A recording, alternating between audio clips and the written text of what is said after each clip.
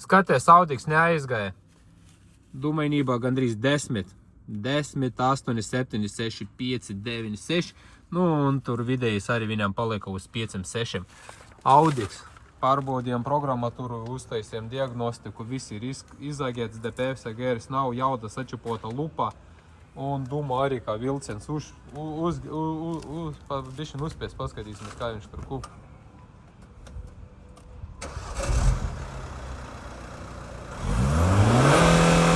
Pat nevajag gāzes pedāli spiest, viņš uzreiz, kad tu iedarbināji pirmais, uzreiz melnais.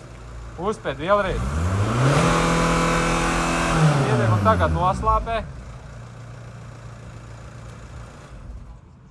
Un palaid vēlreiz. Jā, tur pārlēja rīkti. Nu šobrīd, izmet uzreiz. Kā vilcenītas tāds. Labi, ok, tulītas programējam failu, skatīsimies, ko mēs dabosim. Kādas būs atgazes pēc mūsu programmētā faila. Tas ir Audiks 2 litri TDI, kā sakām, vecais labais motoriņš. Tulītās programmējam un skatāmies un testējam Dumainību. Tagad mēs tikai izlabojam programmatūru, viņam arī bija uztaisīts hot start vai cold start. Tur ir tādas opcijas, kad viņš tad, kad ir karsts, nepalaižas.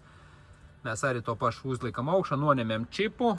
Uztaisījām hot start, atslēdzam arī DPF gēru, jo viņam iepriekš DPF gērs ir atslēgts. Ja viņam atstāt ieslēgt oriģinālu, tad viņš kūpēs, dūmos un neies. Tā kā mēs to visu izdarījām, tikai nepielikam jaudu. Failins ir iekšā, tulītās liekam Dumainības analizatoru un testējam. Nu lūk, kungi, pirmais gāzēšana 1,68. No 10 mēs nokritam līdz 1,6. Accelerate, tagad pedālis tulītās būs grīdā.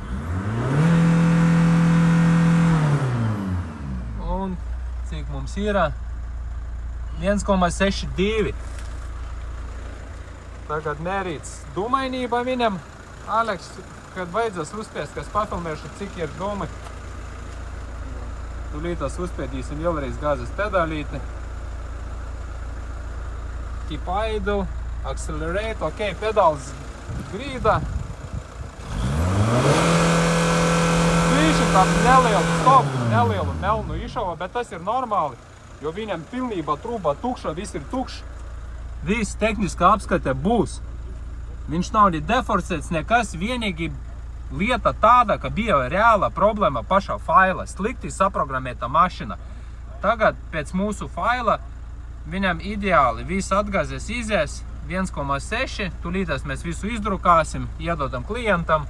Un viņš brauks bez problēmām vairs. Tā kā, ja jums ir problēmas ar Dumainību, tā kā droši varat pieteikties pie mums uz autochip.lv, Chip Tuning Service, un šeit mūsu numurs 277 44 725.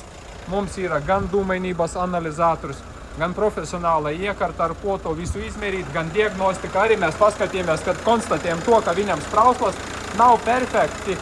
Viņam kaut kur 5,8, 6 mg ir, bet jābūt perfekti šitai mašinai 4, bet ir 6, bet vēl braukt var, nav obligāti viņas mainīt.